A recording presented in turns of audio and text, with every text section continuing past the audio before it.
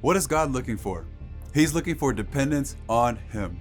Matthew 18:3-4 says, "Truly I say to you, unless you turn and become like children, you will never enter the kingdom of heaven. Whoever humbles himself like this child is the greatest in the kingdom of heaven." There are a lot of takeaways that can be drawn from this, but what I want to highlight is that God is looking for those who will be dependent on Him. We know from verse 3 that we need dependence on Him for salvation. But from verse 4, we see Jesus highlight and elevate one who is like a child. A child in a good household is not worried about the needs of tomorrow, for they trust in their parent to provide. There is an expression of humility that has to be present within a child because they naturally recognize their inabilities and their need to be dependent on a provider. Now, when it gets more difficult is when we grow up and we start to recognize the gifts and talents that God has given us. We're now more capable, more intelligent. To some level, we can make a way for what we want, but with these capabilities, are we still dependent on Him like a child?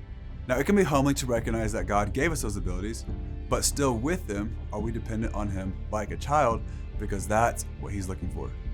Can we be blessed with the things we wanted and prayed for and still cling to and desire God as our Heavenly Father?